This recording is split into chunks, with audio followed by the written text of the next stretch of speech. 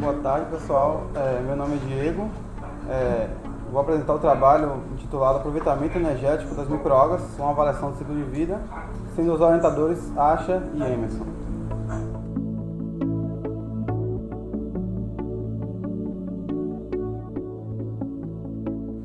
Então, a justificativa para esse tema começa pela questão das mudanças climáticas, que hoje é um grande fator pela busca de combustíveis alternativos e pelo crescimento do consumo energético também por parte principalmente dos países de desenvolvimento que estão se industrializando e começando a ter carros, aquecimento, internet, enfim.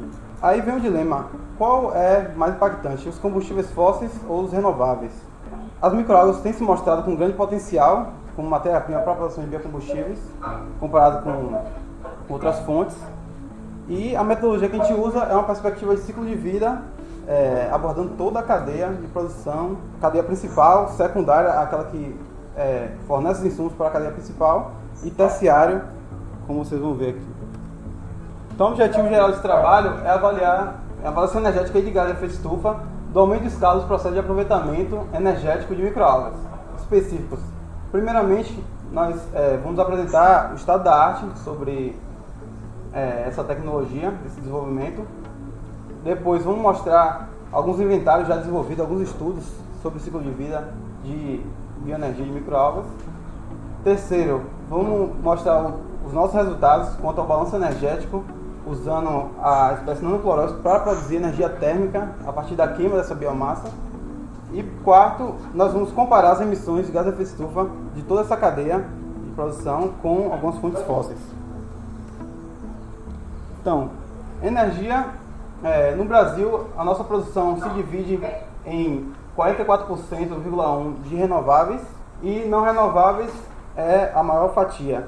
Ainda assim, nossa situação é atípica comparada com a matriz mundial, que é mais de 80% fóssil.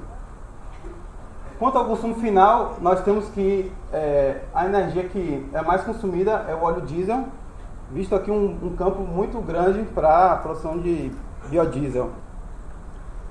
Quanto às microalgas? Por que as microalgas, né? Elas possuem um alto teor de óleo e, por exemplo, a nossa espécie aqui, que a gente fez o estudo de caso, pode chegar até quase 70% de óleo. O que é que isso significa? O óleo, entre as frações da biomassa celular, é a parte que tem o maior conteúdo energético, por isso o interesse dele para a produção de biocombustíveis. Comparando as microalgas com outras fontes agrárias, por exemplo, nós temos que a soja ela produz aproximadamente 500 litros de óleo por hectare ano, e essa sendo a maior fonte que a gente usa para produzir biodiesel no Brasil, sendo 80% do nosso biodiesel proveniente de óleo de soja. O dendê nós usamos poucos, mas ele tem uma produtividade numa escala 10 vezes maior do que a soja, e as microalgas também com a ordem de grandeza uma escala de 10 vezes maior do que o dendê. Ou seja, comparando a microalga com a soja, ela seria 100 vezes mais produtiva. Quanto às tecnologias existentes para a cadeia das microalgas, nós temos que na fase de cultivo podemos cultivar microalga a partir de dois métodos: lagoas abertas ou fotobioreatores. Para a colheita existem essas tecnologias aqui, como a gente vai mostrar aqui, a gente usou nesse trabalho.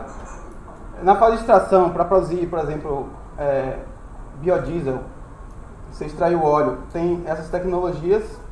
Para a conversão da biomassa ou desse óleo ou da torta também em algum produto, existem esses processos, e os produtos finais que nós podemos produzir a partir das microalgas são esses aqui. Nosso estudo de caso, nós utilizamos a seguinte rota: cultivo, colheita, com secagem, depois a combustão da biomassa para produzir calor. Vocês vão saber por quê. Como essa questão de microalgas ainda é um tema muito novo, não existe uma planta comercial ainda produzindo biocombustível de microalgas, foi necessário, para validar o nosso inventário, conhecer outros inventários de outros estudos, modelagens que foram feitas nesse assunto. Então temos aqui que para produzir 1 kg de biomassa de microalgas se consomem de 0,2 a 0,42 kWh de energia elétrica. O consumo de CO2 é aproximadamente 1,8 kg por quilo de biomassa produzida.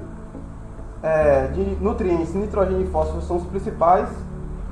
Quanto à água, alguns autores consideram a recirculação dessa água depois da colheita, outros não, a depender da tecnologia. Quanto à concentração no meio de cultivo, isso aqui é importante para a fase de colheita dela. Se está muito diluído no meio, nós vamos precisar de usar mais energia, talvez, se for uma centrífuga. Esses dados são importantes. Por exemplo, esse estudo de Lardon aqui, ele fez um cenário usando uma quantidade normal uma demanda normal de fertilizante nitrogenado e uma reduzida. Quando você se reduz, restringe esse nitrogênio do meio, as microalgas tendem a produzir mais óleo. Isso implica nesse aumento aqui, mas também elas demoram um pouco mais para crescer, o que aumenta o consumo de energia elétrica. Então tem que ser analisado o ponto ótimo aí desse ganho. Já os reatores fechados, foram identificados alguns estudos. A energia nos reatores fechados tem uma demanda maior, chega a quase 1 kWh por quilo de biomassa produzida. Quanto ao CO2 e os nutrientes, variam em torno do mesmo valor. O consumo de água é menor porque há menos evaporação, visto que esses sistemas são fechados. Aqui foi feita uma avaliação qualitativa do cenário, porque as microalgas ainda não estão em escala comercial, quais são as oportunidades e os desafios encontrados. Por exemplo, na fase de cultivo, quanto a um insumo gás carbônico, ele pode ser proveniente da indústria como fluxo residual, gás da combustão ou da fermentação. É uma oportunidade. O desafio é a baixa disponibilidade de área nos parques industriais. Quanto aos nutrientes, eles podem estar sendo provenientes do pós-tratamento secundário em estações de tratamento de esgoto, mas ele ainda foi pouco estudado. Quanto à água, ela pode ser recirculada, como foi mostrado em alguns estudos, foram feitos isso, mas está em fase de testes. A infraestrutura e a operação, você obtém um maior controle dos processos, mas também aumenta os custos e o consumo energético. Quanto ao sol e à luz, que é a energia que as microalgas utilizam para crescer, em regiões áridas isso é abundante, mas essas regiões são distantes dos recursos, por exemplo, CO2 e nutrientes, e do consumidor final também. Então, tem que ser pensado. Quanto à temperatura que é atingida nos reatores fechados, por exemplo, pode atingir altas temperaturas em regiões áridas. Isso requer que essas fazendas de água estejam próximas a regiões de temperaturas amenas. Por exemplo, regiões de maior altitude, em regiões próximas a florestas ou a lagos, por exemplo, grandes corpos hídricos. Mas geralmente essas áreas são protegidas. No cultivo ainda, quanto à espécie, existem milhões de espécies de microalgas, várias foram selecionadas, vistas como potenciais produtoras de óleo, mas ainda não estão adaptadas às condições de processo que são utilizadas para maior eficiência delas. Quanto à produtividade de óleo, foi discutido que a restrição do nitrogênio aumenta essa produtividade, mas diminui o crescimento. Quanto à contaminação, essa questão é muito polêmica. Os inóculos laboratórios são fracos em campo, ou seja, essa monocultura que eles estão querendo atingir em campo, ela é fraca porque um zooplâncton pode acabar toda a cultura. Quanto à colheita, foi mostrado diversas tecnologias, agora vai depender da espécie e do processamento do produto final que vai ser tirado dessa cadeia. Quanto à biomassa, então depois de produzida essa biomassa, ela pode ser convertida em diversos produtos e ainda estão sendo desenvolvidos qual é a melhor rota, que os produtos extrair. Quanto ao balanço energético, como a gente vai mostrar aqui no estudo de caso, avaliamos alguns dados da literatura, vimos que alguns resultados foram positivos quanto à produção de biocombustível em microalgas, outros negativos. Então essa tecnologia está no limiar da viabilidade, podemos dizer assim. Esse estudo aqui avaliou diversos cenários para o aproveitamento energético da biomassa de microalgas em 3 rotas. Uma usando o CO2 puro, outra usando o gás da combustão no lugar do CO2 e outra usando um pouco de efluente também no lugar do fertilizante. Foi identificado aqui que a rota que teve o maior retorno energético foi aquela que queimava diretamente a biomassa, obtendo um balanço energético, um retorno favorável de 4 vezes mais cada energia que você coloca dentro do sistema. Então, a metodologia agora do trabalho, do estudo de caso que fizemos. Avaliou-se o balanço energético das emissões de gás de efeito estufa da produção de biomassa de microalgas no software CIMAPRO nos seguintes cenários. Aqui nós temos os lagoas abertas e aqui os fotobioreatores de placas planas. Um cenário seria usando fertilizante comercial e o CO2 residual, na verdade todos usaram CO2 residual. No cenário 2 é usando efluente doméstico no lugar do fertilizante comercial. Aqui para os reatores placas planas, a mesma coisa. Um cenário usando fertilizante comercial e o outro efluente doméstico. Aqui são os limites, né, do nosso modelo, o que é que entra e o que é que não entra, por exemplo. Aqui temos, na fase de cultivo, tem uma produção de fertilizante que vem com transporte. A energia elétrica é proveniente, nós consideramos uma termoelétrica movida a gás natural. Na fase de colheita, usamos 3 tecnologias. A floculação, seguido de decantação e depois uma centrifugação com essa biomassa já concentrada e a secagem, que usa só luz solar, e a termoelétrica, que vai queimar essa biomassa. Como não tinham esses dados disponíveis, usamos um inventário de uma termoelétrica movida a madeira. Aqui o inventário que nós geramos a partir desses dados, os nutrientes, transporte, assumindo a distância de 200 km, CO2, a água. Notem que esse aqui, o placa plana, como tem uma concentração maior, ele vai precisar de menos meio de cultivo para produzir 1 kg de biomassa e microalgas. Ele também consome quase o dobro de energia elétrica. Temos o sulfato de alumínio como o floculante e a centrifugação é muito pouca, porque já vem 8 kg apenas de meio de cultivo que vai ser centrifugado, e aqui apenas 1 kg, praticamente nada. Quanto ao balanço energético desses cenários, que é calculado a partir da energia que sai, que é a energia produzida, dividido pelo somatório das energias que entram. Aqui, placa plana 1 e 2, vimos que nenhum deles foi maior do que 1, ou seja, ia produzir mais energia do que consumia, ou seja, estão inviáveis. Aqui é mais para identificarmos quais processos de insumos utilizamos nesse inventário. E aqui, por exemplo, no cenário de lagoas abertas usando fertilizante comercial, as emissões de gás de efeito estufa de forma relativa, ou seja, total 100%. Vimos que na fase de cultivo, 55% é responsável pela emissão de gás de efeito estufa. Na colheita, 39%. Na centrifugação e na combustão, muito pouco. O que é responsável por essas emissões aqui na fase de cultivo? São os fertilizantes, a eletricidade que vem do gás natural, né? E na fase de colheita é o sulfato de alumínio, esse floculante. O mesmo se aplica para os outros cenários, só que esse cenário 2 do lagoa aberta não tem fertilizante. Agora, vejam que inverteu aqui. A colheita agora tem uma contribuição maior nas emissões totais de gás de efeito estufa do que a fase de cultivo.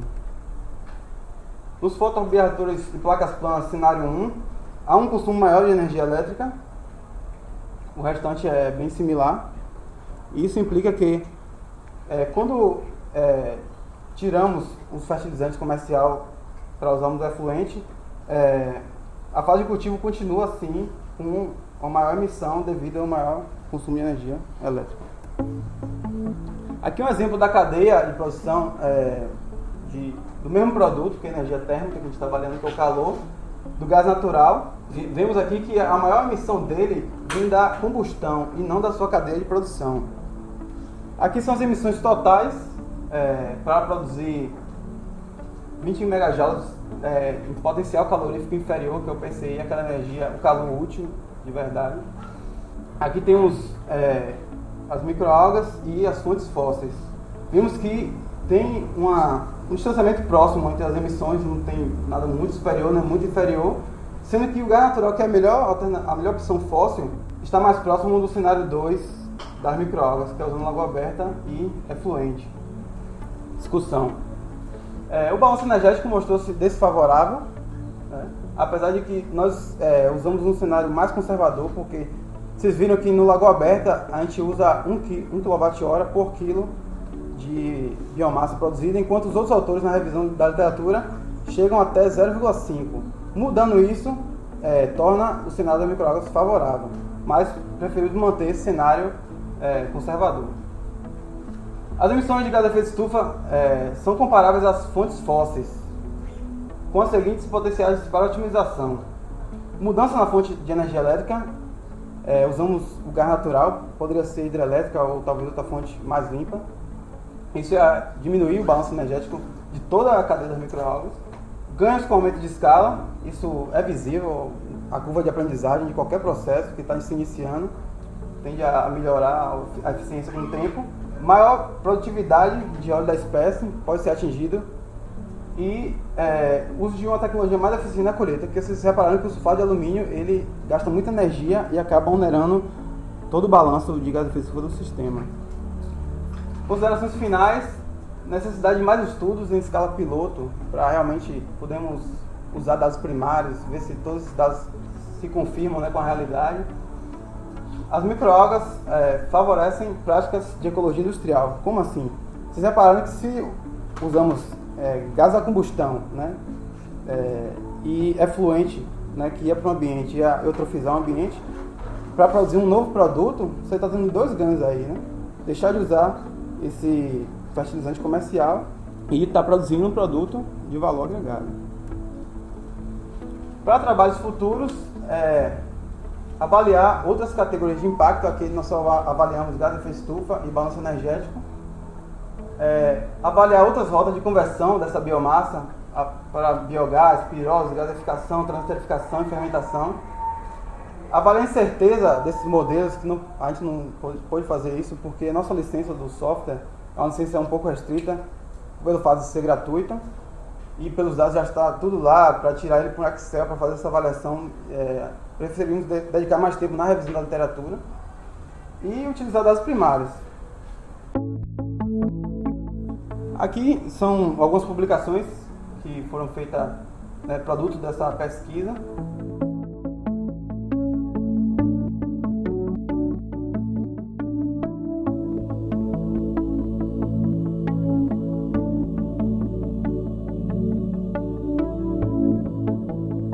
Isso aqui é uma moringa que eu tenho em casa, E de repente começou a nascer alga aderida aqui na parede dessa moringa. Aí eu pensei, isso aqui já pularia a etapa de colheita, Já que ela nasce aderida, só passar uma escova aqui e já tem a biomassa. Então agradecimentos vão para os fundos, que suportaram toda essa pesquisa.